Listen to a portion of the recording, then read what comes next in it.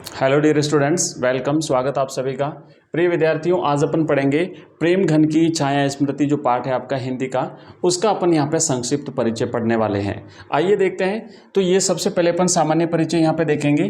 प्रेम घन की छाया स्मृति में क्या होता है कि इसके जो लेखक हैं आचार्य रामचंद्र शुक्ल साहब, तो वो अपना जो बचपन था, बचपन में जैसे जैसे हिंदी के प्रति उनका झुकाव बढ़ने लगा और हिंदी के उस समय के जो महान साहित्यकार थे उनसे उनका जो संपर्क होता है, इसके बारे में यहाँ पर हमें बता रहे हैं। तो जो उपाध्याय बद्री नारायण चौधरी प्रेमघन थे, उनके साथ में इनकी मुलाकात, उनके साथ मिलना घुलना, उनसे उनके वहाँ पे आना जाना, वो सारी चीज़ों के बारे में इस अध्याय में ये बता रहे हैं हमें।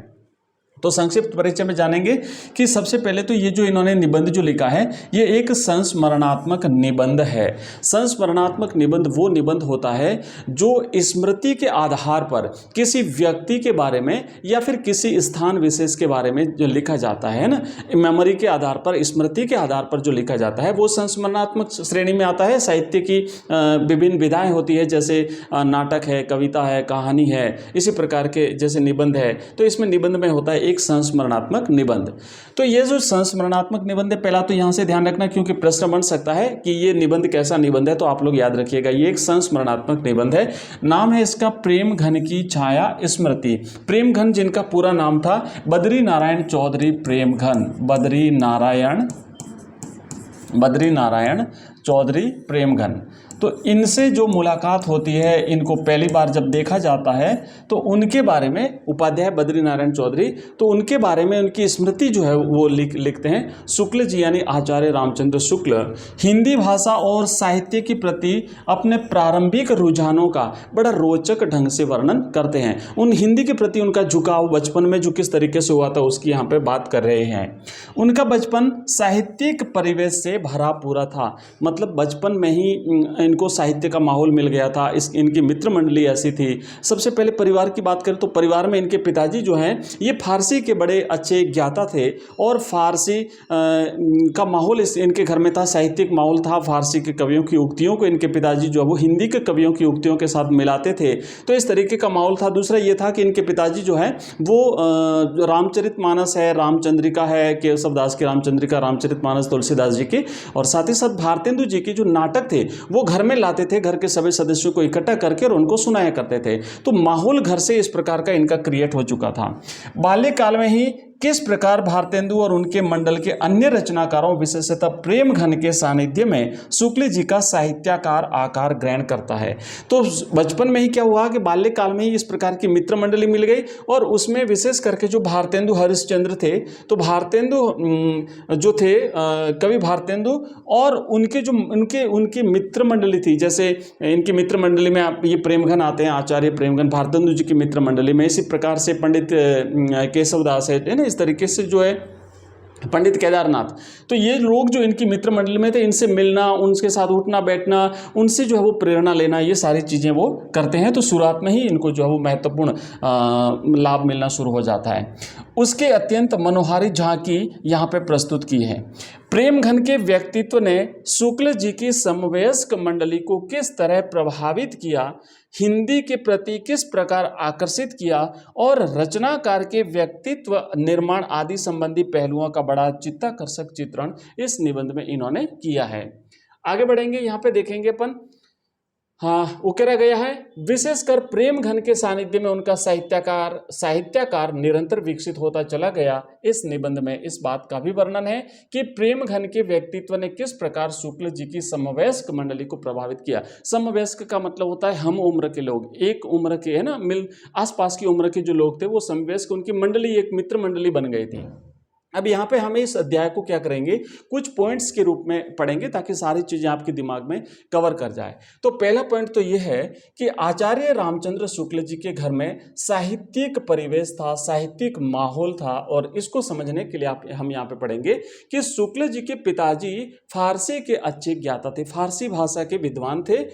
वे पुरानी हिंदी कविता के प्रेमी थे। उन्हें फारसी कवियों की उक्तियों को हिंदी कवियों की उक्तियों के साथ मिलाने में बड़ा मजा आता था। देखो विद्यार्थियों, यहाँ से एक प्रश्न बनेगा आपका कि आचार्य शुक्ल जी के पिताजी की विशेषताएं बताइए। आचार्य शुक्ल ने अपने पिताजी की क्या क्या विशेषताएं बताई है, तो आप वहाँ पे ये सारी विशेषताएं लिखेंगे कि इनके पिताजी फारसी के अच्छे ज्ञाता थे, फारसी के कवियों की उक्तियों को हिंदी के कवियों की उक्तियों के साथ में मिलाते थे। वे रात के समय घर के सब लोगों को एकत्रित करके रामचरितमानस और है यहाँ पे अथवा नहीं है, रामचरितमानस तुलसीदास जी की और केशवदास जी की रामचंद्रिका सबको पढ़ करके सुनाया करते थे। और इसके अलावा भारतेंदु हरिश्चंद्र के नाटक भी जो है वो उनको सुनाया करते थे। ये सारी इनकी विशेषताएं याद रखिएगा। आगे क्या कहा है कि शुक्ल जी की आयु 8 वर्ष की थी तब यह बालक राजा हरिश्चंद्र और हरिश्चंद्र भारतेंदु हरिश्चंद्र के बीच में भेद नहीं कर पाते थे। छोटी उम्र थी, इन्होंने सोचा दोनों एक ही होंगे, है ना, क्योंकि आपको पता है राजा हरिश्चंद्र, सत्यवादी राजा हरिश्चंद्र, आपने सुना होगा नाम इनका, सत्यवादी राजा हरिश्चंद्र थे ये, और ये थे एक कवि हुए थे, कवि भारतेंदु हरिश्चंद्र। तो ये दोनों अलग अलग हैं। तो लेखक कह रहा है कि जब मैं छोटा था तो मुझे इन दोनों के बीच में भेद मालूम नहीं था। बाद में ये हरिश्चंद्र, ये जो काशी के रहने वाले थे, उनसे मुलाकात और वगैरह सब कुछ फिर बाद में समझ जाते हैं। नेक्स्ट, तो ये पहला पॉइंट हमारा हमने पढ़ लिया। दूसरा जो इनका पॉइंट है वो इस तरीके से हम पढ़ेंगे, मिर्जापुर में आगमन। आचार्य शुक्ल साहब का, आचार्य रामचंद्र शुक्ल साहब हिंदी साहित्य में बहुत बड़ा नाम है, ध्यान रखना इनका। तो ये मिर्जापुर में जो है वो इनका आगमन होता है, उसकी बात करते हैं। शुक्ल जी के पिताजी का स्थानांतरण, नौकरी में थे, सर्विस में थे, तो इनका स्थानांतरण हमीरपुर से मिर्जापुर हो जाता है। उस समय बालक की आयु 8 साल की थी, तो वे भी अपने पिताजी के साथ जो है वो मिर्जापुर आ जाते हैं। और मिर्जापुर जब ये लोग आते हैं तो ये सरकारी क्वार्टर में, शहर से बाहर जो है इनको क्वार्टर अलॉट हुआ था, तो वहां पर ये लोग रहते थे।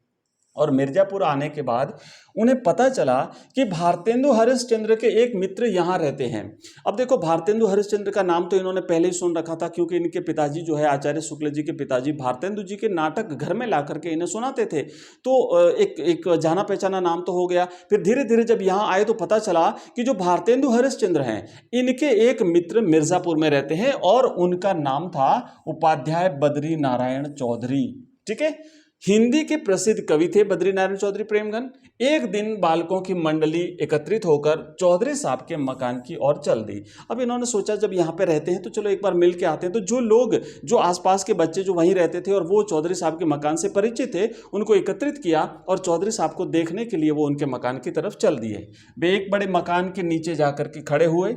बरामदा तो खाली था, लेकिन लताओं के बीच में एक मूर्ति खड़ी दिखाई दी। एक व्यक्ति जो है वो वहां पे खड़ा दिखाई दिया। उनके कंधों पर बाल बिखरे हुए थे। अब देखिए यहाँ पे चौधरी साहब की जो पहली झलक दिखाई देती है उसका वर्णन कर रहे हैं किस तरीके से वो जो है वो पहली बार देखा था उनको। तो एक व्यक्ति जैसे खड़ा था, ऐसे खड़ा था जैसे मानो मूर्ति खड़ी हो, कंधों तक बाल, लंबे लंबे बाल थे, कंधों तक बिखरे हुए थे। एक हाथ खंबे पर था, है ना, ऐसे खंबे पर, आपने चित्र देखा किताब में, जो चित्र है आप उसे देख लें, तो ऐसे खंबे पर एक हाथ था और देखते ही देखते वह मूर्ति ओझल हो गई। थोड़ी देर के बाद वो अंदर चले गए। तो यही चौधरी साहब की पहली झलक थी। तो इस तरीके से मिर्जापुर आए और मिर्जापुर आने के बाद में बद्री नारायण चौधरी प्रेमघन को पहली बार इन्होंने देखा, उसका वर्णन इस तरीके से किया है। नेक्स्ट अपन बात करेंगे, नेक्स्ट हमारा पॉइंट रहेगा, हम इसे इस तरीके से समझेंगे, पंडित केदारनाथ पाठक का पुस्तकालय। अब आपने देखा होगा कि ये जो इनके पिताजी थे, आचार्य रामचंद्र शुक्ल के पिताजी, ये जो है ना भारत जीवन प्रेस नामक एक पुस्तकालय था, वहां से किताबें लाते थे। लेकिन आचार्य शुक्ल जब बड़े हुए तो ये फिर है ना, इन्होंने पंडित केदारनाथ पाठक ने एक पुस्तकालय वहां पे खोला था। तो इस पुस्तकालय से ये जो है केदारनाथ पाठक के पुस्तकालय से किताबें लाते थे। तो यहाँ पे क्या लिखा है कि ज्यों ज्यों लेखक सयाना होता गया, बड़ा होता गया, समझदार होता गया, और त्यों त्यों उसका झुकाव जो है वो हिंदी साहित्य की ओर बढ़ता चला गया। उन दिनों वह क्वींस कॉलेज में पढ़ता था, वहाँ पे कोई स्कूल होगा, क्वींस कॉलेज, वहाँ पे पढ़ते थे। लेखक पुस्तकालय से पुस्तकें ला करके पढ़ने लगा। तो यही इनके द्वारा स्थापित एक, केदारनाथ जी के द्वारा स्थापित एक पुस्तकालय था, वहाँ से किताबें लाता था। ये पुस्तकालय पंडित केदारनाथ पाठक ने खोला था। एक बार लेखक की उनसे भेंट काशी में हो गई। तो एक बार क्या हुआ कि आचार्य शुक्ल साहब किसी विवाह शादी समारोह में इनके पिताजी ने भेजा था, इनको किसी व्यक्ति के साथ में काशी भेजा था, और काशी में वहां पर जो है एक बार ये पंडित केदारनाथ जी के साथ में इनकी भेंट हो जाती है। और उस समय जो पंडित केदारनाथ जो थे ये जो है उनके भारतेंदु के घर से ही निकल करके, उनके मकान से ही निकल के आ रहे थे, सामने ये मिल गए। वहां पर पहले से जान पहचान तो थी क्योंकि इनके पुस्तकालय से किताबें लाते थे, तो वहां पे इनकी मुलाकात होती है। तो इस तरीके से देखा हमने, ध्यान रखना थोड़ा प्रश्न घुमा के पूछे जा सकते हैं कि पंडित बद्रीनारायण चौधरी प्रेमघन को पहली बार कहां पे देखा था, तो इनको जो है वो मिर्जापुर में देखा था। फिर दूसरा है कि पंडित केदारनाथ से परिचय लेखक का पहली बार कहां पे होता है, कहां आमना सामना होता है, तो उनका काशी में आमना सामना होता है, पहली बार वहां पे इनको मिलते हैं। तो दो महान साहित्यकारों से इनका परिचय बता दिया लेखक ने यहाँ पे। अब बात करेंगे नेक्स्ट, जो है हमारा अगला पॉइंट रहेगा वो ये है कि समवयस्क हिंदी प्रेमियों की खासी मंडली। खासी मंडली मतलब अच्छे खासे मित्र जो है वो इनके हिंदी प्रेमी मित्र जो है वो इनके बन चुके थे। लेखक को समवयस्क हिंदी प्रेमियों की खासी मंडली मिल गई। इसमें प्रमुख थे, अब देखो ये जो मंडली थी, मित्र मंडली जो थी, इसमें कौन कौन शामिल थे, तो इनका नाम थोड़ा सा आप लोग याद रखिएगा। एक तो थे काशी प्रसाद जायसवाल, एक थे भगवान दास हालना, दूसरे थे पंडित बद्रीनाथ गौड़, एक थे पंडित उमाशंकर द्विवेदी। तो ये कुछ ऐसे लोग थे, ये महत्वपूर्ण जो साहित्यकार थे उस जमाने के, इनकी मित्र मंडली में शामिल थे। तब तक शुक्ल जी स्वयं को लेखक मानने लग गए थे। तो ये इनकी मित्र मंडली हो गई, काफी हिंदी में जाना पहचाना नाम हो गया, अब अपने आप को ये भी लेखक मानने लगे। उन्हीं दिनों लेखक के मोहल्ले में एक मुसलमान सब जज आ गए। तो उन्हीं दिनों की बात है, एक जज साहब, क्योंकि जिस मोहल्ले में जिस इलाके में ये रहते थे वहां पे सारे सरकारी लोग ही रहते थे, तो उसी दौरान एक सब जज वहां पे पधारे, मुसलमान सब जज थे, और उनकी भाषा उर्दू और फारसी थी, आप लोगों को आप जानते ही हैं। उन्होंने शुक्ल जी की सूरत देखते ही जान लिया कि यह हिंदी प्रेमी हैं। बातचीत में वे लोग निसंदेह शब्द का प्रयोग करते थे। तो ये आचार्य शुक्ल साहब और इनकी जो मित्र मंडली थी जब हिंदी में बातचीत करते थे, क्योंकि बाकी लोग वहाँ पे जितने भी थे वो उर्दू में बात करते थे, फारसी में बात करते थे, लेकिन ये लोग हिंदी में बात करते थे। और हिंदी में जब बात करते थे तो एक शब्द निसंदेह, हर बात में निसंदेह शब्द का प्रयोग करते थे। तो ये जो शब्द जब उन लोगों के कानों में, उर्दू भाषी लोगों के, हिंदी भाषी लोगों के कानों में जब पड़ता था, तो धीरे धीरे उन लोगों ने फिर क्या किया कि इनका नाम ही है निसंदेह लोग रख दिया। ठीक है, तो उन्होंने जो है उन सब ने इस मित्र मंडली का नाम रख दिया निसंदेह लोग। ठीक है, शुक्ल जी जिस बस्ती में रहते थे उसमें अधिकतर वकील थे, मुख्तार थे, कचहरी के अफसर रहते थे। उन्होंने शुक्ल जी की मंडली का नाम निसंदेह लोग रख दिया था। अब आगे बढ़ेंगे। अब बात होती है प्रेमघन से परिचय। यही बद्रीनारायण चौधरी प्रेमघन, जो कि हमारा शीर्षक है, प्रेमघन की छाया स्मृति। स्मृति मैंने याद, है ना, छाया स्मृति मतलब उनके चित्र की याद, पहली बार कैसे देखा वो ऐसे। अब देखिए यहाँ पे बात हो रही है कि प्रेमघन से परिचय। तो चौधरी साहब यानी चौधरी बद्रीनारायण चौधरी प्रेमघन से लेखक का अच्छा परिचय हो गया था।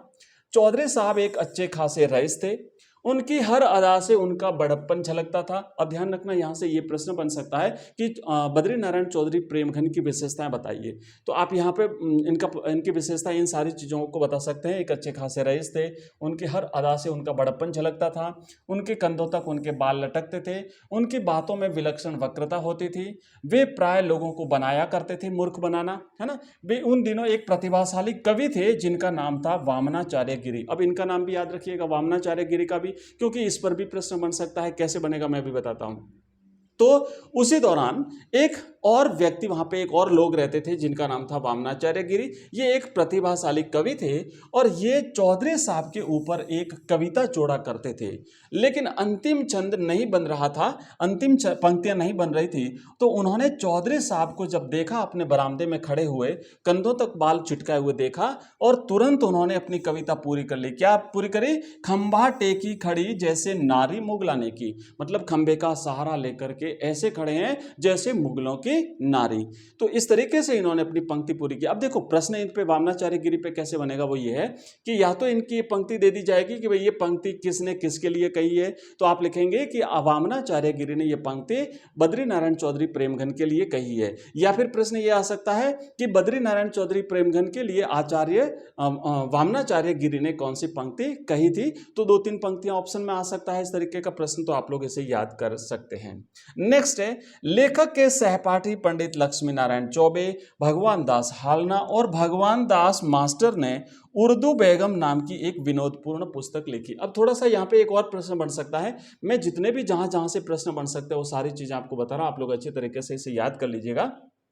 प्रश्न यहां से ये बनेगा कि उर्दू बेगम क्या है। उर्दू बेगम क्या है, तो आप लोगों को याद रखना उर्दू बेगम एक किताब का नाम है, एक विनोदपूर्ण पुस्तक है। और इसको लिखा किसने था, लेखक यानी आचार्य शुक्ल के जो सहपाठी थे पंडित लक्ष्मी नारायण चौबे, भगवान दास हालना और भगवान दास मास्टर, इन लोगों ने मिलकर के एक किताब लिखी थी जिसका नाम था उर्दू बेगम। इसमें उर्दू की उत्पत्ति और प्रचार आदि का वृत्तांत कहानी के रूप में दिया गया था।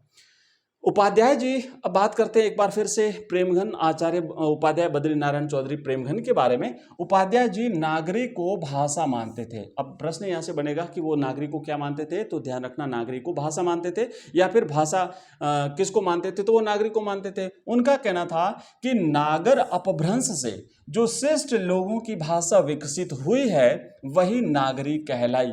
ठीक है, तो ये पंक्ति किसकी है, ये बद्री नारायण चौधरी प्रेमघन की है। आप याद रखिएगा, प्रश्न ऐसे ही छोटे छोटे प्रश्न बनते हैं, इन चीजों को आप लोग याद रखिएगा।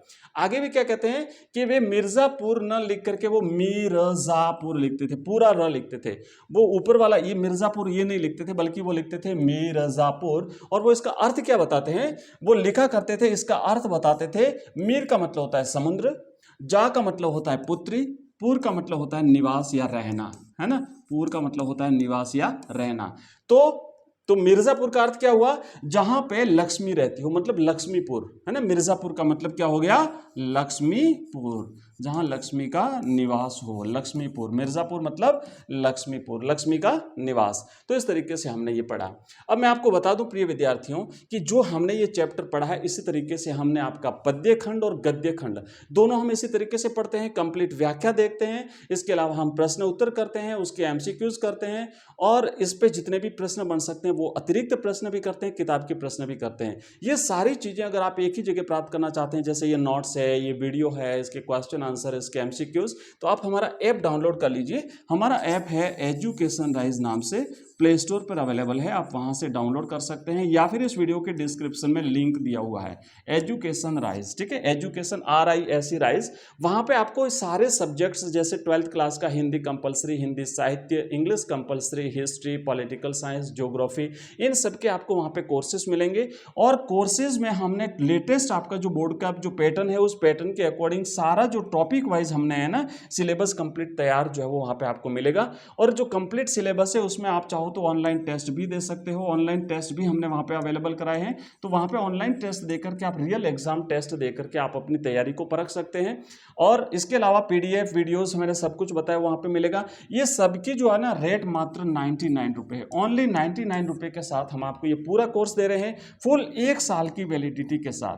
जब तक आपके बोर्ड एग्जाम्स कंप्लीट नहीं हो जाते तब तक आप 1 साल की वैलिडिटी के साथ ओनली 99 रुपए में एक सब्जेक्ट का कोर्स कंप्लीट ले सकते हैं। और अगर आपको किसी प्रकार की असुविधा हो रही है, आप किसी प्रकार से अगर कोई आपका कमेंट हो, अगर कुछ मुझसे पूछना चाहते हो, तो आप हमारा नंबर नोट कर लीजिए। मैं नंबर लिखा देता हूं, उस नंबर पे आप मुझे व्हाट्सएप मैसेज करेंगे या टेलीग्राम मैसेज करेंगे। हमारा नंबर है 90, नंबर नोट कर लीजिए आप, नंबर हमारा है 9079622989। इस नंबर पे आप हमें व्हाट्सएप करें या फिर आप टेलीग्राम कर सकते हैं। और आप इस ऐप को डाउनलोड करें, वहां पे आपको कंप्लीट मटेरियल मिल जाएगा। ठीक है, किसी प्रकार की असुविधा होती है तो ऐप डाउनलोड करने के बाद में वहां पे आपको चैट बॉक्स मिलेगा। जैसे आप कोर्स परचेज करते हैं तो उस कोर्स परचेज करने के बाद उस कोर्स में जितने भी बाकी जो स्टूडेंट्स एनरोल्ड हैं वो सारी लिस्ट वहां पे आपको मिल जाएगी। तो आप उनके साथ भी बातचीत करना चाहो तो कर सकते हो, उनकी तैयारी कैसी चल रही है उनसे भी आप जो है वो सलाह मशविरा कर सकते हो। तो ये सारी चीजें वहां पर मिलेगी, ग्रुप बने हुए सब्जेक्ट वाइज। ठीक है ना, जैसे आप ज्वाइन करते हो ऑटोमेटिकली आप उस ग्रुप में ज्वाइन हो जाते हो। तो एक बार आप जरूर इस ऐप को डाउनलोड करिए। मिलते हैं नेक्स्ट वीडियो में। आप मुझे बता सकते हैं आप नेक्स्ट कौन सा टॉपिक पढ़ना चाहते हैं या कौन सा सब्जेक्ट पढ़ना चाहते हैं, कमेंट बॉक्स में कमेंट करके जरूर बताइएगा। इसी तरीके से हिंदी साहित्य के सारे चैप्टर्स हम पढ़ेंगे, इसके प्रश्न उत्तर करते हैं नेक्स्ट वीडियो में। तो जल्दी मिलते हैं नेक्स्ट वीडियो में इसके प्रश्न उत्तर के साथ, और साथ ही साथ इसके MCQs लेकर के भी। थैंक यू, बाय, धन्यवाद।